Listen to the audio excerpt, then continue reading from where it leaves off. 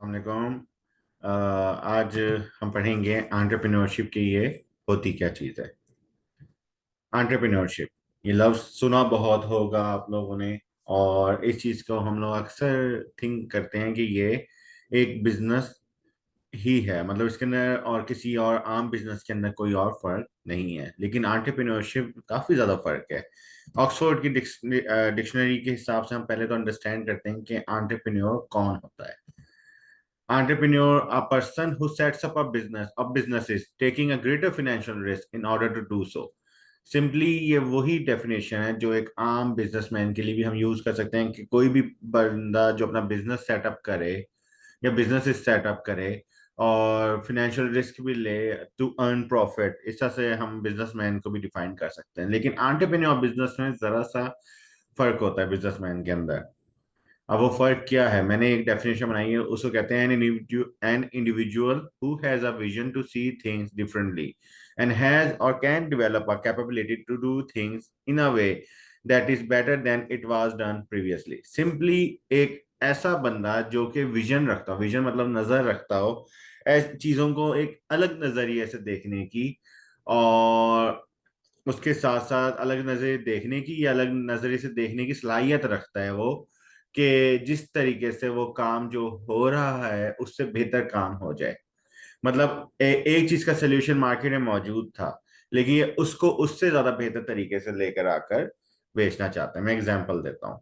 जैसे पीनट्स हैं, पीनट्स मूंगफली। हम लोग क्या करते हैं, इसको जब परचेज करते हैं तो ये छिलके के साथ आती है। तो एक बंदे ने इसको सोचा क्यों ना इसकी इम्प्रूवमेंट की जाए, हम इसको छिलके के बगैर कच्ची बेचना शुरू कर दें। फिर दूसरे बंदे ने कहा कच्ची जो बेच रहे हैं इसको पैकेटों में हम जब पैक करके बेचते हैं तो क्यों ना हम फ्राई कर कर इसके अंदर नमक मिर्चें डालकर इसको बच्चा बनाकर बेचें। फिर एक और बंदे ने कहा चलो हम लोग यहाँ करके मिर्चें लगा के तो बेचें, लेकिन उसके अलावा कोई और फ्लेवर्स भी ऐड करते हैं, क्यों ना हम इसके ऊपर चॉकलेट की एक लेयर चढ़ाकर फिर हम बेचें। मतलब एक ही प्रोडक्ट था, उसके अंदर बेहतर बेहतर तरीके से वो इम्प्रूवमेंट लेकर आते रहे। अब आमतौर पे तो बंदा ये कहेगा ना मूंगफली जैसी पैकिंग में आ रही है वो सही है, लेकिन एक एंटरप्रेन्योर कहेगा क्यों ना हम इसको मजीद बेहतर करें। अब एंटरप्रेन्योर और बिजनेसमैन के अंदर जो फर्क है वो इससे क्लियर होगा। Entrepreneur is an individual who seeks profitable opportunities and take necessary risk to establish and operate a business. अब businessman main desire is to grow his business. Entrepreneur जो होता है वो कोशिश करता है कि एक नई वैल्यू क्रिएशन की तरफ जाए। ये एंटरप्रेन्योरशिप एक प्रोसेस है जिसके जरिए आप एक वैल्यू क्रिएशन के ऊपर और इम्प्रूवमेंट के ऊपर और नई चीजों के ऊपर फोकस करके आगे जाने की ट्राई करते हो। जबकि बिजनेस का मेन फोकस क्या होता है बिजनेसमैन का, कि अपने बिजनेस ग्रो करे, ज्यादा प्रॉफिट अर्न करे, ज्यादा चीजें फोकस करे। वो ज्यादा रिस्क को भी कहता है कि हम ना रिस्क फ्री रहकर भी चाहे तो हम बिजनेस के अंदर अर्निंग और ग्रोथ करते रहे। A manager is responsible for using the organization resources to accomplish the organization's goals.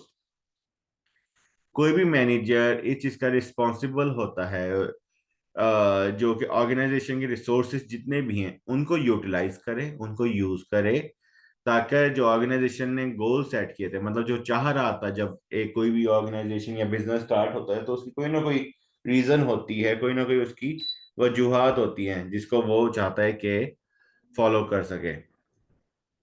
तो मैनेजर उस डिजायर को, उस गोल को रीच करने की कोशिश करता है रिसोर्सेज यूटिलाइज करके।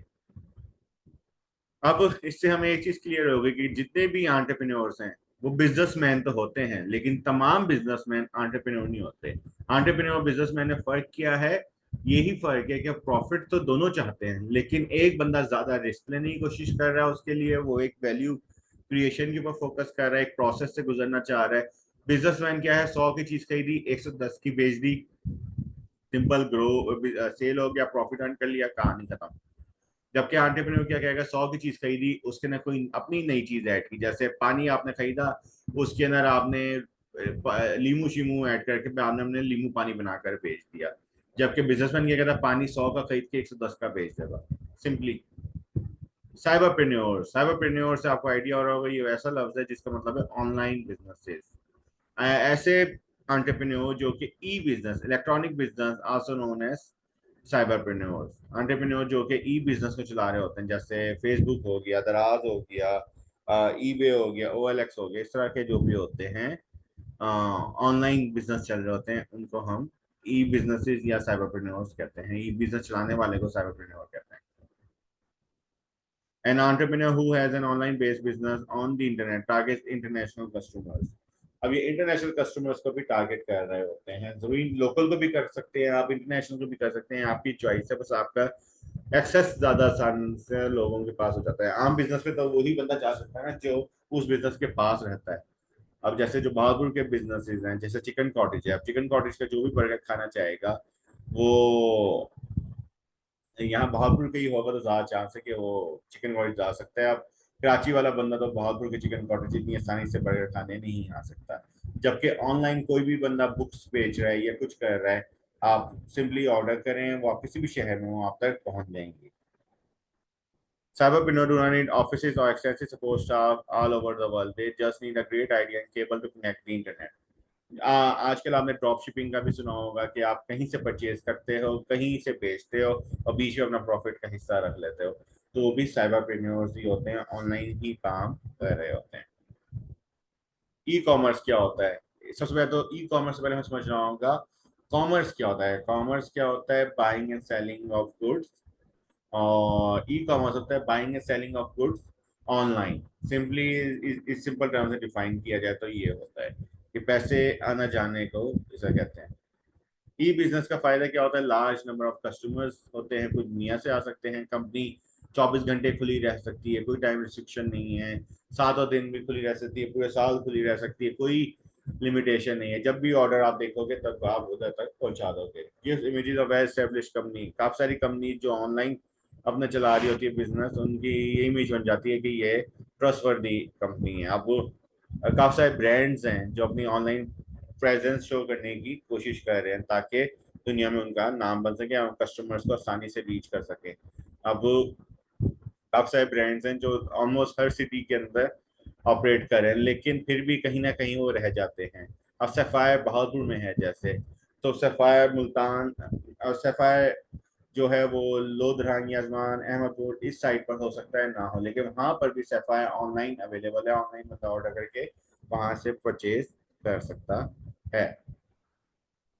ई बिजनेस का एक और फायदा क्या होता है? ये आपकी मैनेजमेंट कॉस्ट कम कर देता है। अब आपको फोन बिल नहीं आता, आपकी फैक्स नहीं आती, आपके मैनेजमेंट और उसके लिए ट्रांसपोर्टेशन, आपको ज़्यादा ट्रैवल नहीं करना पड़ता, बस आप डिलीवरी सिंपल पहुंचा रहे होते हो।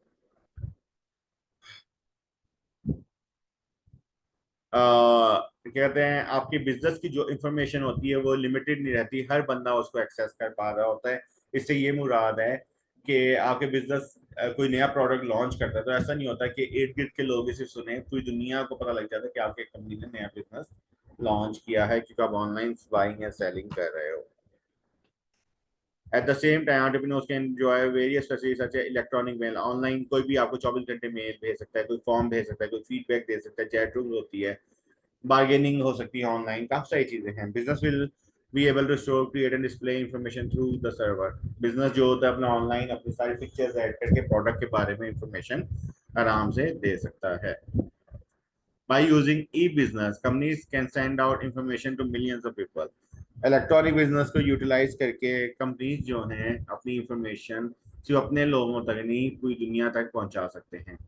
By surfing website at any time without having to go out from building, entrepreneurs can obtain feedback and improve business operation।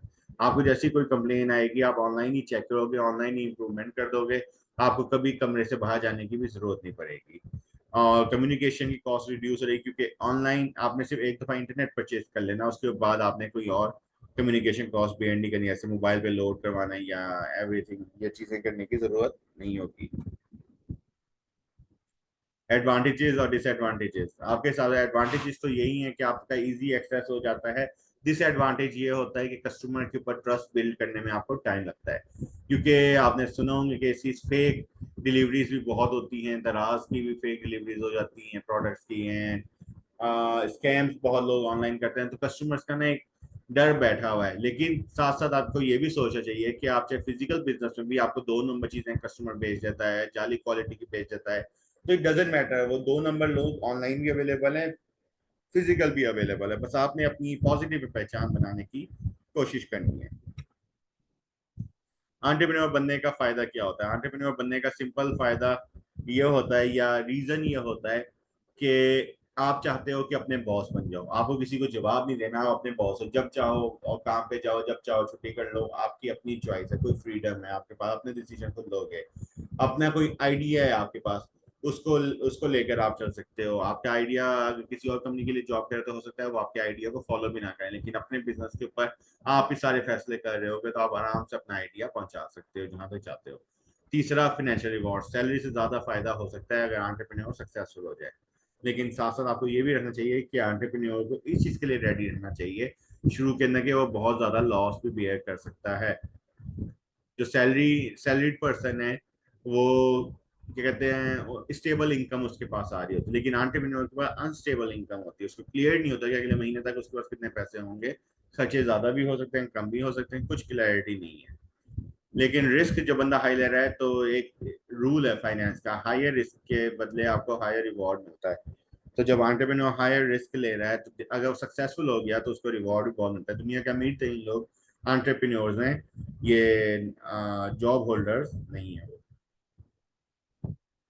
Successful entrepreneurs की एग्जांपल मोनिस रहमान, इसने क्या कहते हैं, मोनिस रहमान ने रोजी डॉट पी के ऊपर किया था।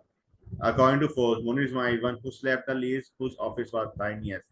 सबसे कम सोता था, सबसे छोटा ऑफिस बनाया था, इसने ऑफिस के ऊपर फोकस नहीं किया हुआ था, लेकिन उसने रोजी डॉट पी के को स्टार्ट किया and 5.4 million professional registered on इस पोर्टल। 5.4 मिलियन का मुराद है 54 लाख लोगों ने उसको रजिस्टर किया।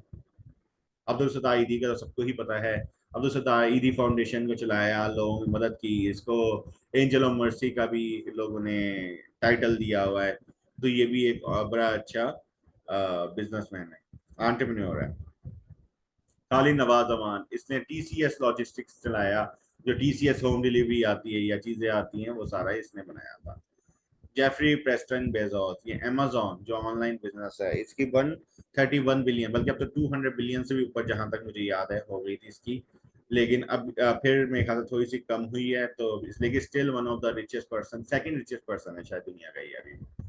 विलियम हेनरी गेट्स एक जमाने में दुनिया का रिचेस्ट पर्सन था और माइक्रोसॉफ्ट का ये ओनर है, इस तरह से करके ये बिजनेस चलता है। जकरबर्ग, इसका सबने सुना होगा, ये फेसबुक बनाने में, और इवन आप यूट्यूब के ऊपर ये वीडियो देख रहे हैं तो यूट्यूब भी सब चीज़ें इसकी हैं। स्टीव जॉब्स का भी सबसे को पता है, स्टीव जॉब्स ने आईफोन बनाया था, एप्पल कंपनी को लॉन्च किया था, इसने आईफोन, मैकबुक, ये सारी चीज़ें बनाई हैं। और बस इतना ही।